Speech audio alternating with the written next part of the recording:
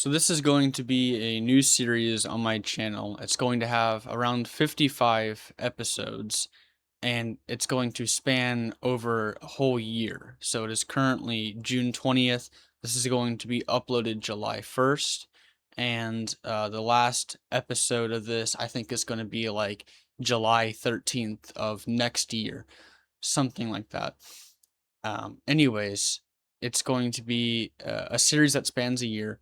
And that's very helpful for me because over the next year, over the next school year, I'm going to be taking a lot of dual credit classes, college classes. So this will allow me to focus on that and not have to worry about YouTube.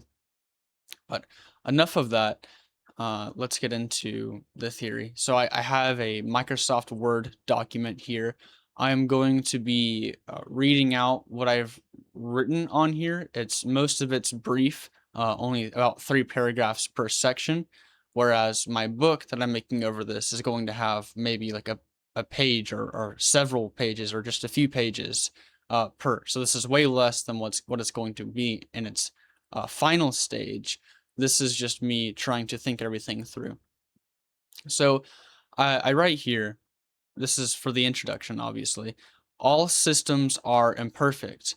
All must be continually transformed, or perhaps, in severe and rare cases, replaced, although typically not entirely. And I say, therefore, this theory, which keeps the above-mentioned principles in mind, even placing it as one of, if not the most fundamental principle, and fundamental principle is capitalized, of the theory, is imperfect and therefore must be continually transformed. So there is a critique here, not only of my writing, but of all writings in general, and not just of writings, but of all theories, because this is called the theory of everything, which is kind of broad and maybe even arrogant, but what I'm proposing is a way that you can view everything in the world, and I'm going to show how you can view the world across 6 domains in this way. And even though it manifests itself differently across each domain, collectively it's one uniting theory under a similar principle. And that's what this is about. And so there's a critique here of all systems, and not just, writing what you're writing about, but also like what you think, what other people, what everybody thinks. All systems in the world, like social systems, governmental systems, economic systems, the job market, education systems. This is a critique that spans all of those. All systems are imperfect. Now, like you could critique Christianity this way. You could say, well, Christianity claims, or some Christians or so-called Christians claim, that their worldview, the Christian worldview, is perfect. It's lacking in nothing.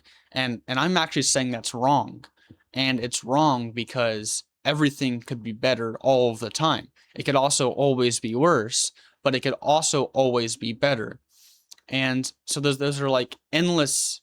There's like an endless pit and an endless sky upwards and an endless pit downwards, to where you can make anything worse in any way, but you could also make anything better in any way. And so the critique could be that because the Christian worldview is imperfect, it should therefore be rejected. There is some falseness about the religion, and therefore it should be rejected. However, I actually think that's wrong, and I think it's wrong. What I'm actually critiquing is not the rejection of a Christian worldview, but a rejection of a worldview, the rejection of all religion. And the reason I'm critiquing that is because if you reject, or claim at least to reject, all religions, what you can only replace that with is, you can call it atheism, you can call it nihilism, it's pretty much the same thing, or materialism, or whatever. Nihilism is the alternative, and nihilism is no worldview, right? Nihilism is no beliefs. It's complete agnosticism across the board. Not saying you believe anything in particular, because all beliefs are imperfect. Now, not only is that wrong, but it's actually practically impossible to live out. You cannot live out the worldview that you shouldn't have any beliefs because all beliefs or all systems of belief or whatever are imperfect. So you have to accept something. You have to have a worldview. You have to have a religion. And like which one you choose, I guess is dependent upon what you personally believe, but you have to choose one of them. Like you have to act in the world. You can't not act. Human beings aren't creatures that can just not do anything.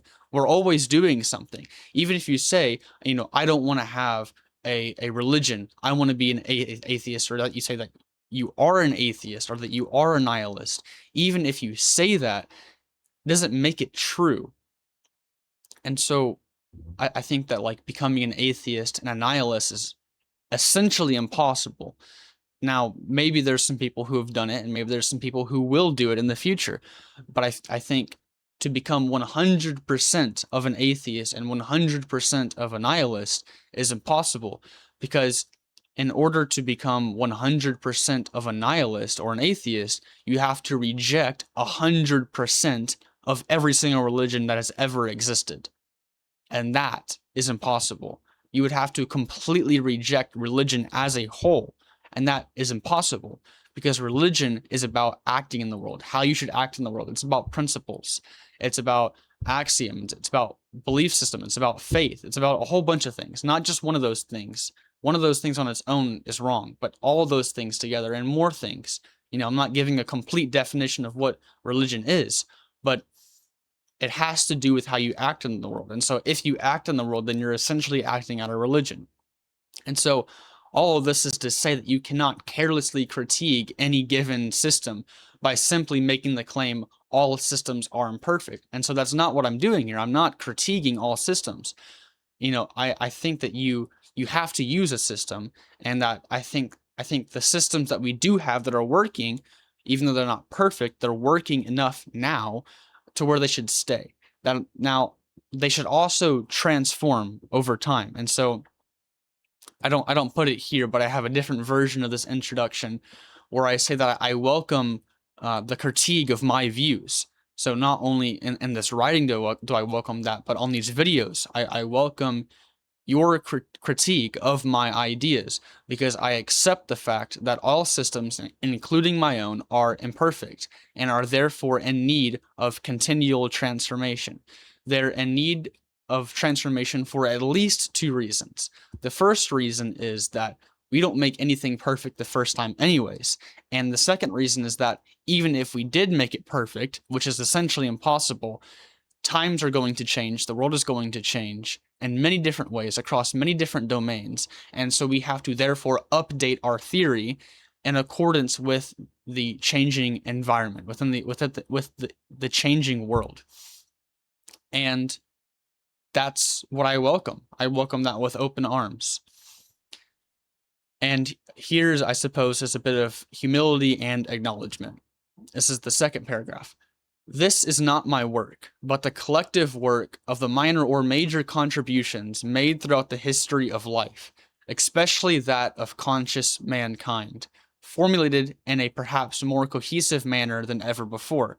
And, of course, this work is not complete nor perfect.